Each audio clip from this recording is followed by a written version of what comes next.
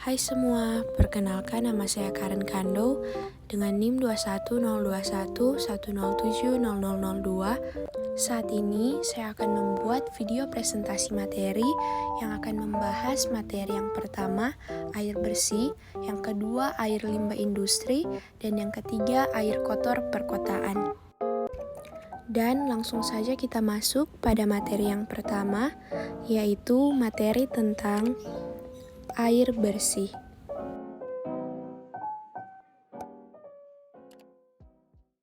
Apa yang dimaksud dengan air bersih? Jadi, air bersih adalah salah satu jenis sumber daya berbasis air yang bermutu baik dan biasa dimanfaatkan oleh manusia untuk dikonsumsi atau dalam melakukan aktivitas mereka sehari-hari, termasuk diantaranya adalah sanitasi. Sementara itu, air bersih menurut WHO sebagai organisasi kesehatan internasional menyatakan bahwa air bersih merupakan air yang dapat dimanfaatkan oleh manusia untuk memenuhi keperluan domestik, mulai dari konsumsi air minum dan tentunya persiapan makanan. Mengapa penting sekali air bersih dalam kehidupan sehari-hari? Nah, berikut ada beberapa manfaat dari air bersih. Yang pertama, masalah kesehatan yang umum terjadi bisa diatasi dengan minum banyak air. Air juga dapat mencegah dehidrasi yang menyebabkan kelelahan. Air membawa nutrisi yang dibutuhkan oleh tubuh. Dan air juga sebagai sumber pemenuhan kebutuhan hidup seperti irigasi persawahan, kehidupan binatang, nutrisi tumbuhan, dan lainnya. Penggunaan air yang bersih bisa mencegah berbagai macam penyakit seperti diare, kolera, dan sebagainya. Dan mencuci tangan dengan sabun dan air bersih bisa mencegah penyebaran virus yang dibawa oleh tangan. Apa yang akan terjadi jika sumber air bersih semakin sedikit? Tentunya akan banyak sekali dampak negatif yang muncul, di mana angka kematian pasti meninggi dengan pencemaran lingkungan, nutrisi yang berkurang, kontaminasi berbahaya di sekitar ekosistem makhluk hidup, dan penyakit menular berbahaya, serta kualitas hidup menjadi rendah. Oleh karena itu, kita sebagai warga masyarakat harus ikut serta berperan dan bertanggung jawab penuh dalam menciptakan dan mengelola air bersih. Berikut ada video tentang pengolahan air bersih. Halo, sebelumnya sobat sudah tahu kan dengan 3 sumber air?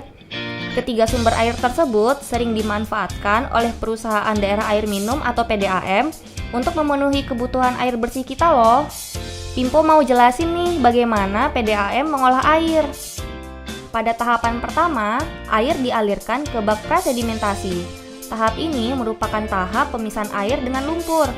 Lumpur mengalami pengendapan yang dibantu oleh gaya gravitasi sobat. Setelah itu, air melewati tahap koagulasi dan flokulasi. Tahap ini, air dicampur dan diaduk dengan zat kimia yang disebut tawas. Tawas berfungsi untuk menggumpalkan kotoran yang masih ada di dalam air. Kemudian, gumpalan kotoran dan air dipisahkan kembali lagi menggunakan gaya gravitasi pada bak sedimentasi, sehingga aliran air yang berada pada bagian atas menjadi lebih bersih. Setelah dibantu oleh gaya gravitasi, kali ini air disaring dengan saringan pasir dan kerikil untuk memisahkan mikroorganisme dan kotoran kecil yang tidak terpisah pada tahap sedimentasi. Barulah air dialirkan ke reservoir atau tandon air dan siap didistribusikan ke rumah-rumah sobat untuk dikonsumsi. Pimpo mau kasih tahu sobat ciri-ciri air yang layak konsumsi. Pertama, air tidak berwarna, jernih, dan tidak keruh. Kedua, air tidak berbau. Dan yang ketiga, air tidak berasa. Apabila air berwarna, berbau, dan berasa, kemungkinan air tersebut sudah tercemar sobat. Air yang baik adalah air yang tidak asam. Tingkat keasaman atau basa dari air bisa diukur melalui nilai pH. Nilai pH normal di antara 6 hingga 8. Apabila nilai pH kurang dari 6, disebut asam. Dan sebaliknya, jika melebihi 8, disebut basa. Air yang baik mempunyai nilai pH 7 sobat. Selain itu, air yang baik adalah air yang mengandung mineral seperti besi, mangan, dan mineral lainnya. Dalam jumlah kecil, zat besi dibutuhkan oleh tubuh sebagai pembentuk sel darah merah. Namun, jika kandungan zat besi di dalam air melebihi batas, akan menimbulkan gangguan pada tubuh. Selain itu, juga dapat berpengaruh pada perabot rumah tangga. Misalnya, keran air dan pipa akan berkarat dan menimbulkan warna kekuningan. Mangan bersifat beracun, sobat. Jika kandungan dalam air terlalu banyak, dapat mengganggu organ pernafasan. Standar kualitas mangan ditetapkan pada ukuran 0,05 hingga 0,5 mg per 1 liter di dalam air. Untuk menghilangkan besi dan mangan, air dapat dioksidasi dengan oksigen. Caranya dengan membuat percikan air kecil-kecil dan mengalirkannya kembali ke bak penampungan. Oh iya, satu lagi, Pimpo hampir lupa. Selain itu, air yang bersih tidak mengandung banyak bakteri E. coli. Kelebihan bakteri E. coli akan menyebabkan penyakit diare. Nah, untuk memastikan bakteri E. coli mati, kita dapat merebus air hingga mendidih, sobat. Gampang kan? Sudah tahu kan, sobat, gimana cara mengolah air hingga ciri-ciri air yang layak konsumsi? Tetap gunakan air dengan bijak ya, sobat, demi kesehatan kita dan lingkungan kita. Pimpo mau pamit dulu nih. Bye-bye.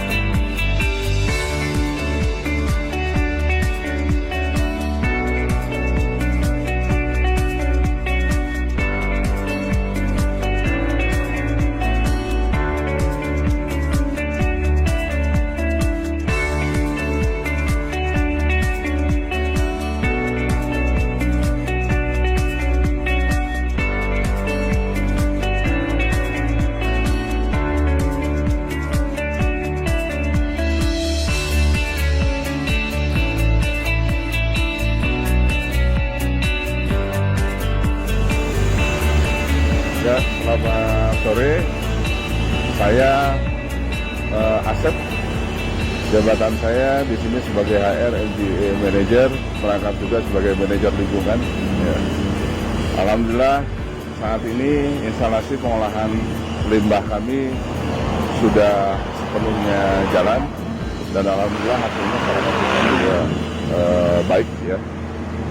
Perlu saya jelaskan bahwa kami memiliki kapasitas pengolahan kurang lebih sekitar 4.000 kubik pengolahan secara fisika, kimia, biologi. Ya, jadi kita semua sistemnya dipakai karena memang kategori limbah yang dihasilkan di perusahaan kami relatif cukup berat, ya, sehingga memerlukan treatment yang komplit. Ya. Alhamdulillah setelah bekerja sama dengan Tata Tirta, yang dimana kita mendesain sistemnya sistem segregasi, ya. Limbah-limbah yang memang berat itu masuk dulu ke pre-treatment dan masuk ke bak anaerob untuk selanjutnya nanti digabung dengan limbah-limbah ringan yang langsung diolah di bak aerasi, ya.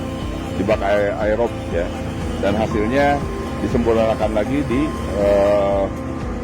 bak post treatment. Ya, setelah dari sini kita kelola lumpurnya di sini, proses dewatering lumpur di sini, hasil limbahnya kita langsung alirkan ke outlet di belakang. Mungkin nanti kita bisa sama-sama lihat outletnya nanti seperti apa.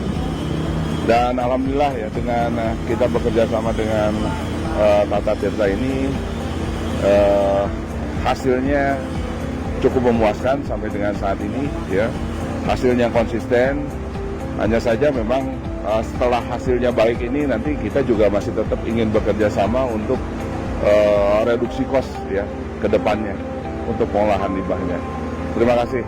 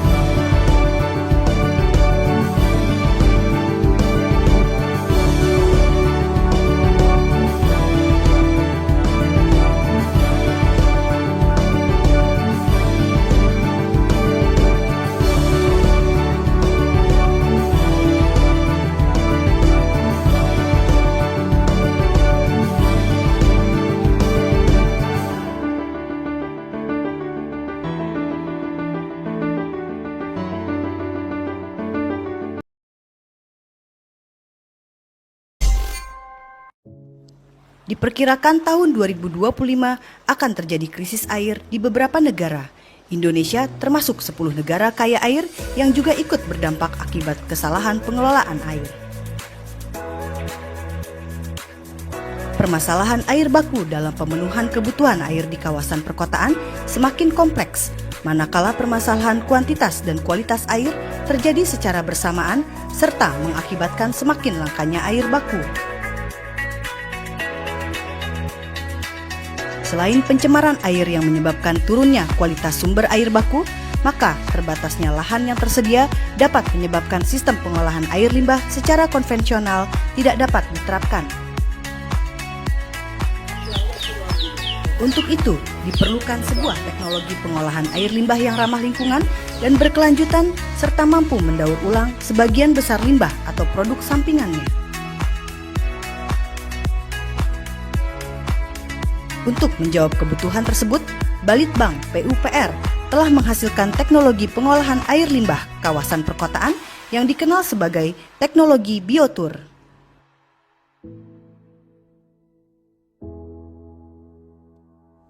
Teknologi ini merupakan pengolahan air limbah yang berupa hibrid biofiltrasi yang memanfaatkan material alam, sampah dan tanaman semi-akuatik yang digunakan sebagai media biofilter untuk media pertumbuhan mikroorganisme sebagai penahan padatan serta penyerap kontaminan air limbah.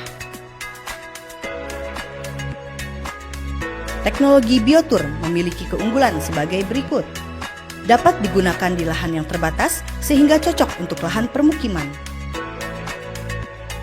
Dapat diaplikasikan secara komunal sehingga pengelolaannya juga dilakukan secara komunal, di mana satu fasilitas biotur mampu melayani sampai dengan 50 KK.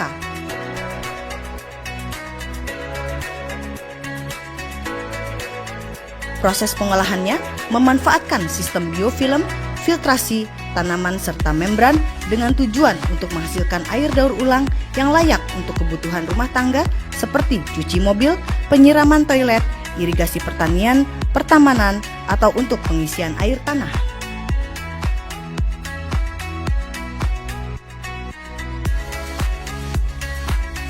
Biotur memiliki kemampuan filtrasi yang lebih baik dengan masa pencucian filter yang relatif lebih lama sehingga operasi dan pemeliharaannya menjadi lebih murah dibandingkan dengan pengolahan limbah dengan sistem mekanis. Pengolahan air limbah untuk daur ulang air bertujuan untuk menghilangkan parameter-parameter pencemaran hingga memenuhi kualitas air daur ulang untuk tujuan tertentu.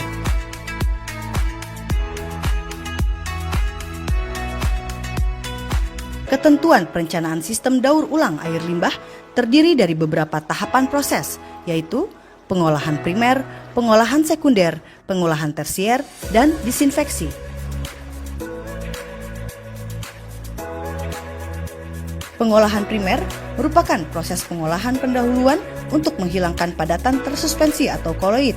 Pada sistem daur ulang ini, pengolahan primer dapat berupa tangki septik dan sistem biofilter pabrikasi seperti biofil atau bioriti atau modifikasinya. Pengolahan sekunder merupakan proses untuk menghilangkan senyawa polutan organik terlarut yang umumnya dilakukan dengan proses biologis. Pada sistem biotur digunakan sistem biofilter anaerobik, aerobik.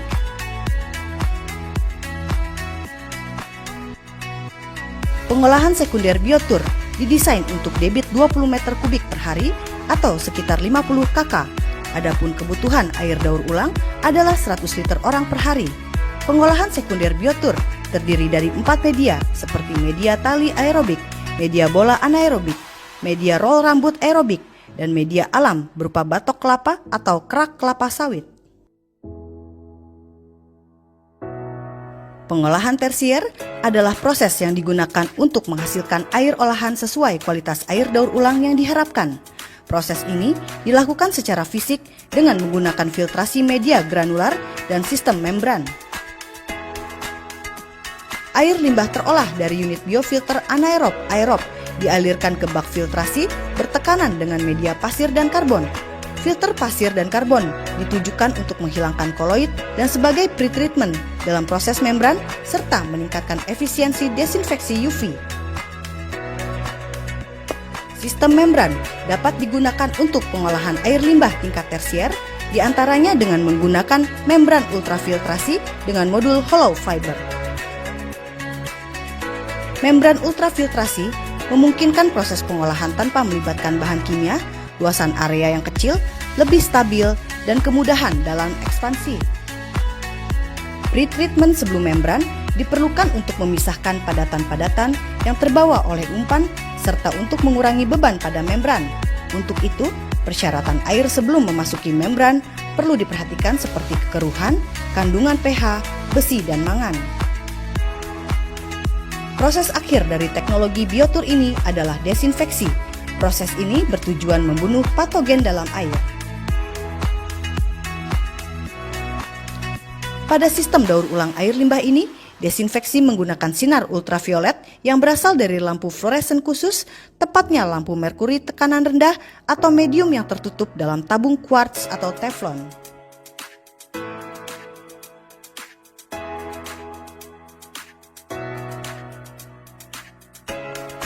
Teknologi biotur ini telah diterapkan di beberapa lokasi di Indonesia seperti Rumah Susun Muara Baru DKI Jakarta, Rumah Susun Turangga Bandung, serta di Das Citarum, tepatnya di Desa Sindang Pakuwon, Kecamatan Cimanggung.